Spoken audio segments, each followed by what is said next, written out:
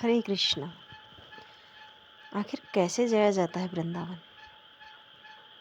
कौन जा सकता है वृंदावन? एक सरल सा उत्तर, जिस पर ठाकुर जी की कृपा होती है, जिसे ठाकुर जी बुलाते हैं, वो जाता है वृंदावन। जिस पर मेरी किशोरी जी की कृपा होती है, वो जाता है वृंदावन। वृंदावन जाकर भी कई लोग बरसाना धाम नहीं जा पाते। बरसाना धाम जाने के लिए, जो कि श्री राधा रानी सरकार का निज धाम है, उस पर श्री राधा रानी जी की, श्री किशोरी जी की विशेष कृपा होनी चाहिए। जो आपने जो मंदिर में विग्रह स्थापित किए हुए हैं, क्या वे मात्र एक विग्रह हैं, मात्र एक मूर्ति है? क्या उनमें कोई संवेदना है? हम उनसे जो बातचीत करते हैं, जो उनके आगे अपना कष्ट, अपना सुख दुख बांटते हैं, क्या वे सच में सुनते हैं? या हम जब कोई भी मन्नत रखते हैं ईश्वर के आगे, अपने आराध्य के आगे, क्या वे सुनते हैं? क्या वे सच में उस आस में रहते हैं? आज के आपको 2 प्रसंग ऐसे सुनाएंगे जिसमें आपका विश्वास और प्रगाढ़ होता जाएगा, क्योंकि ईश्वर विश्वास से ही प्रकट होते हैं। प्रहलाद के प्रगाढ़ विश्वास से ही ईश्वर खंबे से पैदा हो गए। द्रौपदी के प्रगाढ़ विश्वास से ही ईश्वर साड़ी में से निकल आए। और मीरा के अगाध प्रेम, स्नेह और विश्वास ने जहर का प्याला अमृत का बना दिया। आइए सुनते हैं आज का प्रसंग, जो आपके विश्वास को और प्रगाढ़ करेगा। मध्य प्रदेश में एक जगह पे बहुत समय पहले एक पुजारी जी रहते थे। वहाँ भगवान चतुर्भुज का विग्रह था। पुजारी जी पूजा आराधना करते, भगवान से बहुत प्रेम करते। सुबह शाम स्नान करके मंगल आरती इत्यादि, शयन आरती, नित्य का जो भी क्रम होता है प्रभु का, दिनचर्या, भोग लगाना, सब किया करते। और वहाँ के जो तत्कालीन राजा थे, वो भी बड़े धार्मिक स्वभाव के थे। तो प्रभु के दर्शन करने के लिए दिन में प्रातः अवश्य आते थे। रोज़ का नियम था, जो वहाँ के महाराज थे, कि प्रातः भगवान जी की या दिन में भगवान के दर्शन करने के लिए आते। यही क्रम चलता रहता। तो जिस समय महाराज दर्शन करने के लिए आते थे, तो पुजारी जी पहले दिन की जो माला पहनाई होती थी प्रभु की, जो वो उतारी हुई माला होती थी, उसको महाराज को पहना देते और महाराज भगवान के दर्शन करके चले जाते। रोज़ का यही क्रम चलता रहता। अब एक दिन पूरा दिन निकल गया, शाम हो गई, रात्रि का समय हो चला था। महाराज नहीं आए। पुजारी जी प्रतीक्षा कर रहे थे, पर महाराज नहीं आए। पुजारी जी ने प्रभु की शयन आरती करी, मंदिर के पट लगाए और अपनी कुटिया में चले गए। और जो माला उतारी हुई थी प्रभु की, जिसे भी रोज़ महाराज को पहनाते थे, वह माला स्वयं अपने मस्तक पर धारण कर ली। क्योंकि आज महाराज तो आए नहीं थे। उन्होंने सोचा कि आज महाराज आए नहीं हैं, तो उन्होंने मंदिर के पट लगाए और अपने मस्तक पर माला को धारण कर लिया और अपनी कुटिया में चले गए।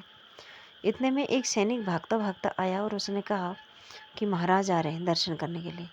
अब पुजारी जी बहुत डर गए, बहुत घबरा गए, क्योंकि उन्होंने माला स्वयं धारण कर ली थी, जो भी रोज़ महाराज को पहनाते थे। कहीं क्रोधित ना हो, कहीं उन्हें दंड ना दें, इस डर से पुजारी जी बहुत भयभीत थे। अपने कांपते हुए हाथों से जल्दी अपनी कुटिया में गए और अपने मस्तक पर जो माला धारण करी थी, उसे एक पत्र में रख दिया और महाराज पहुंचे मंदिर में। तो पुजारी जी ने डरते हुए स्वर में कहा कि शयन आरती हो गई है, प्रभु को शयन करा दिया है। जो महाराज थे वो भी बड़े धार्मिक थे, तो उन्होंने बाहर से हाथ जोड़े और कहा कि आज मैं काम में व्यस्त रहा, दिन भर आ नहीं सका प्रभु से मिलने के लिए। इस समय मिला तो आ गया। खैर कोई बात नहीं, मैं कल प्रातः आऊँगा प्रभु से मिलने के लिए। पुजारी जी ने वो माला जो है राजा जी को दे दी और राजा जी ने वो मूल्य अपने गले में धारण करी। तो उन्होंने कुछ क्षण रुक के पुजारी जी से कहा, क्या ये वही माला है जो आपने प्रभु के गले से उतारी थी? पुजारी जी ने डरते हुए सर में हाँ बोला।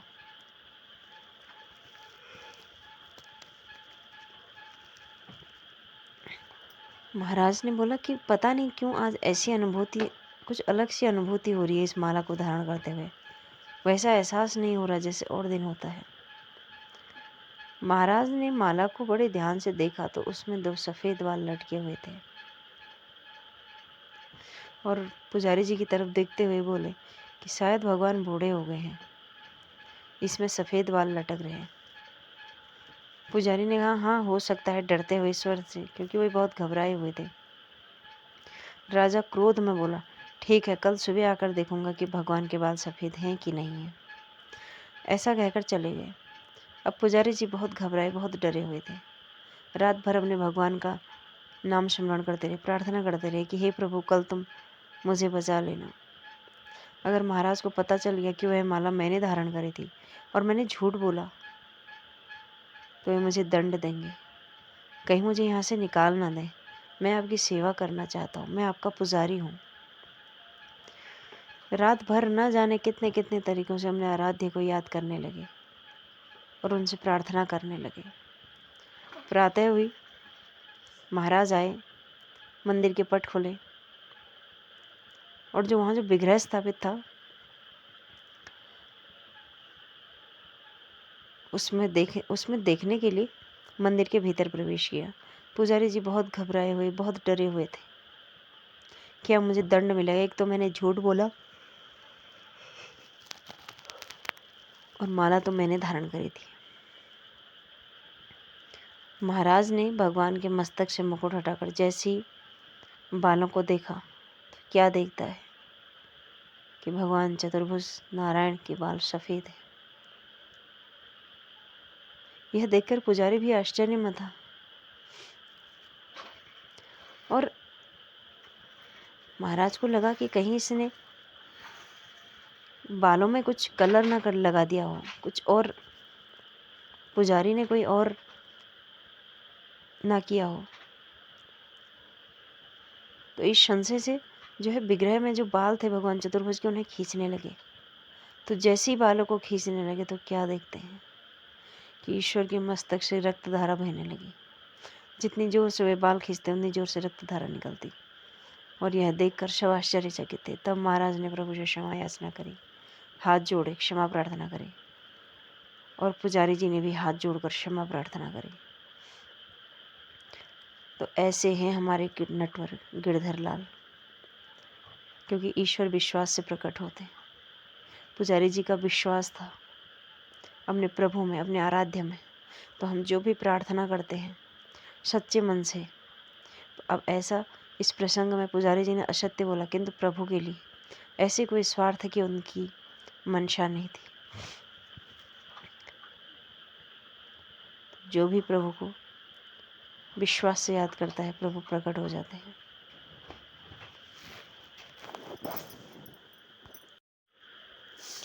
एक बार एक कन्या ने श्री राधा रानी जी को उनके मंदिर में जाकर यह वादा किया कि मेरी नौकरी लग जाए।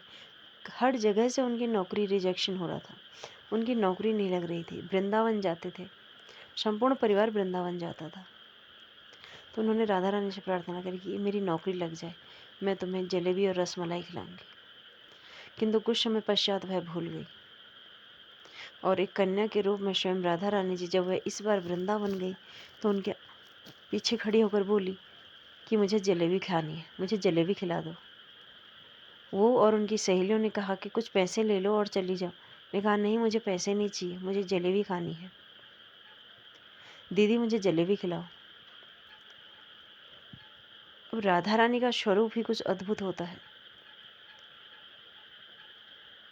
और मुस्कुरा मुस्कुरा कर इतनी कोमल से स्वभाव से बोली कि मुझे जलेबी खानी है। उन्हें जलेबी खानी थी। वह जो लड़की थी, यह बात सुनकर उनके दिमाग से ये बात जा ही नहीं रही थी कि उस लड़की ने कहा था कि जलेबी खानी है। उनकी जो बस थी ट्रेवलर, वो थोड़ी दूरी पर खड़ी थी और पर्स और बाकी सामान भी उसी में रखा हुआ था। तो जैसे ही बस के पास पहुँचे तो बस स्टार्ट ही नहीं हो रही थी और उस लड़की के दिमाग से बात जा ही नहीं रही थी, क्योंकि वो भूल गई थी कि उन्होंने श्री राधा रानी को यह वादा किया था।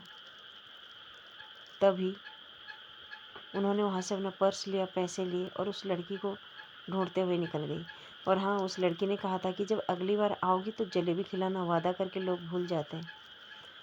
तो उस लड़की ने पूछा कि आप कहाँ मिलोगी? तो उसने कहा कि मैं यहीं मिलूँगी अटारी में। अटारी की ओर इशारा किया, जो कि ठकुरानी जी का निज धाम है। और वो लड़की वहाँ से निकलकर अपना पर्स लेकर, जलेबी लेकर उस ओर उसी समय चल दी, क्योंकि मन में कुछ अजीब सी शंका हो रही थी, क्योंकि राधा रानी स्वयं आ गई थी उसका वादा याद दिलाने के लिए। अच्छा, ईश्वर भोगी नहीं है, लेकिन व्यक्ति जो प्राणी मात्र जो ईश्वर से मन्नत मांगता है या वादा करता है, उससे पूरा करने का एक मार्ग मात्र एक दिखाते हैं। इस प्रकार राधा रानी अपने भक्त के सम्मुख स्वयं आकर प्रकट हुई और उसे मन्नत मांग कर उसे पूरा न करने के दोष से भी बचाया। ऐसी है हमारी करुणामयी सरकार, राधा रानी सरकार। तो ईश्वर का नाम जप कीजिए, भजन कीजिए, अपने विश्वास को प्रगाढ़ कीजिए। जो हमने मंदिर में विग्रह स्थापित किए हैं, मात्र एक विग्रह नहीं है, उनमें स्वयं हमारे ईश्वर बसते हैं, जो सदैव हमारे साथ रहते हैं। तो उनका खूब नाम जप कीजिए, यशगान कीजिए। ऐसी एक अन्य सत्य घटना के साथ, प्रेरक प्रसंग के साथ हम फिर हाजिर होंगे। तब तक के लिए राधे राधे, हरे कृष्ण।